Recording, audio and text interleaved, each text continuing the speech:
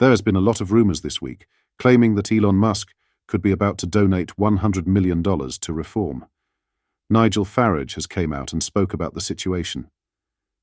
In today's video, we will see what Farage has said, all whilst going over all of the latest news from up and down the country. But first, hit the like button and subscribe to the channel and join our fast-growing community. Just a quick one to say we have new Make Britain Great, again t-shirts available on our store. Go grab them now. They are available at britishstand.com or check the link in the description. Reform UK leader Nigel Farage has dismissed reports of a potential $100 million donation from Elon Musk, stating he has absolutely no idea about it. Speaking in an interview, Farage addressed speculation about the Tesla mogul's rumoured financial backing of his party. "It hasn't been discussed with me," the Reform UK leader revealed, responding to suggestions of Musk donating the 9-figure sum. Farage acknowledged that whilst Musk is very supportive of his aims, suggestions of the major financial contribution remain unconfirmed. "What I do know is that Elon Musk is very supportive of me, what I'm trying to do, and he thinks that if reform do well in the UK, we can bring about the same kind of change that he intends to do with Donald Trump in America," Farage said. Musk has previously shown public support for Reform UK on social media platform X. The tech billionaire responded with yes to a post announcing former Conservative Minister Andrea Jenkins joining Reform UK, which claimed, "Reform will win the next election." His endorsement received significant attention, garnering 167,000 likes and 56 million views. When asked about the legality of potential donations from Musk through his platform X, Farage remained non-committal. "I'm not giving you a yes or a no, I don't know. I suspect this is not true," he said. The Reform UK leader acknowledged that companies operating in the UK can legally donate to British political parties. "Legally, companies operating in the UK can give money to UK political parties, but I think we're a very long way away from that," he said. Farage appeared open to the possibility of receiving such funding, adding, "Look, if it did happen, well, that would be great." However, he downplayed the likelihood of the reported donation, describing it as one of those really very good gossipy Sunday newspaper things. Musk's father, Errol, said recently that he would endorse such a donation to Reform UK, even if it meant Musk becoming a British citizen, to ensure the funds went through to Farage. Musk said, "I think it's a good idea. If it's not something he's not allowed to do, I would say as a private person, maybe he's allowed to do that. If the thing that's stopping Farage from moving ahead is money, then he should get money so that he can move ahead." Following this, Deputy Leader of Reform UK Richard Tice has declared he wouldn't turn down a donation from Elon Musk, amid reports that the party could receive a $100 million boost from the tech boss. Sharing his stance on the possible donation in an interview, Tice praised Musk as a big supporter of what reform is standing for. "His political instincts are absolutely bang on," Tice said, highlighting Musk's criticism of the Prime Minister and support for free speech. "Anybody who wants to look at donating to reform, who shares our values, that's a fantastic thing," he added.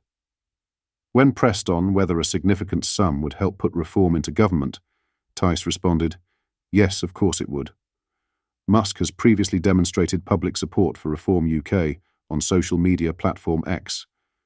The tech billionaire responded yes to a post announcing former Conservative Minister Andrea Jenkins joining Reform UK, which claimed reform will win the next election.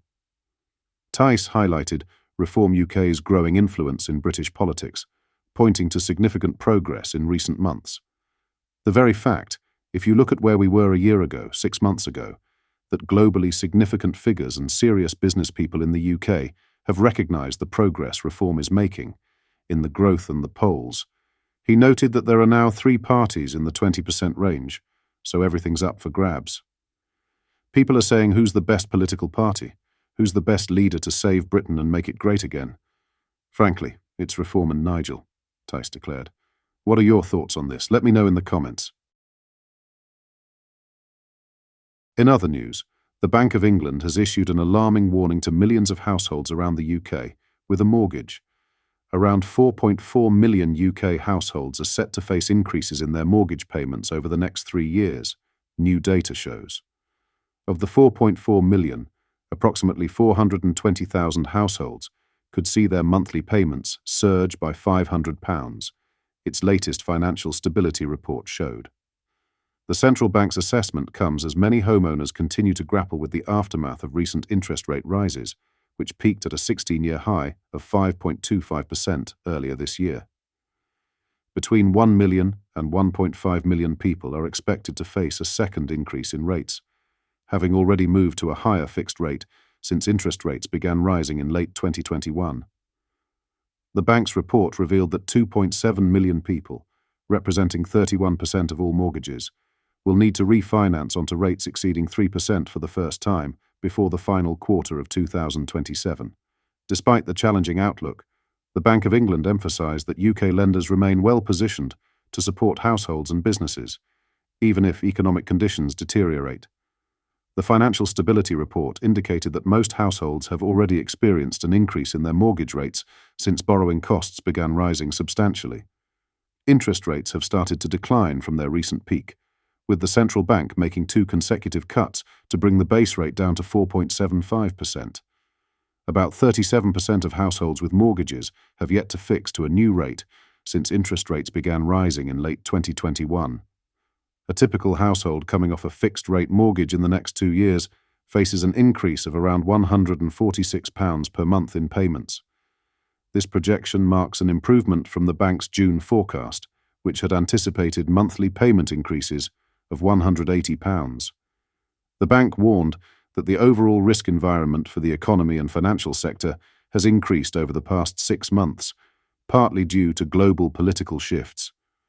Risks from wars, trade tensions and cyber attacks are rising, with the bank noting that growing geopolitical tensions pose a significant risk to broader financial stability. Officials noted, following elections in many countries, a range of macroeconomic and financial policies may change under newly elected governments. The housing market has shown surprising resilience, with the average UK house price rising by 1.2% month-on-month in November, according to Nationwide Building Society.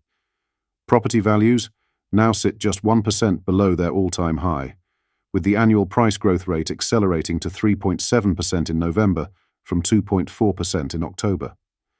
The average house price across the UK reached £268,144 in November. Robert Gardner, Nationwide's chief economist, said, house prices increased by a robust 1.2% month-on-month, after taking account of seasonal effects, the largest monthly gain since March 2022. The acceleration in house price growth is surprising, since affordability remains stretched by historic standards, with house prices still high relative to average incomes and interest rates well above pre-COVID levels. What are your thoughts on what we discussed in today's video? Let me know down in the comments section below.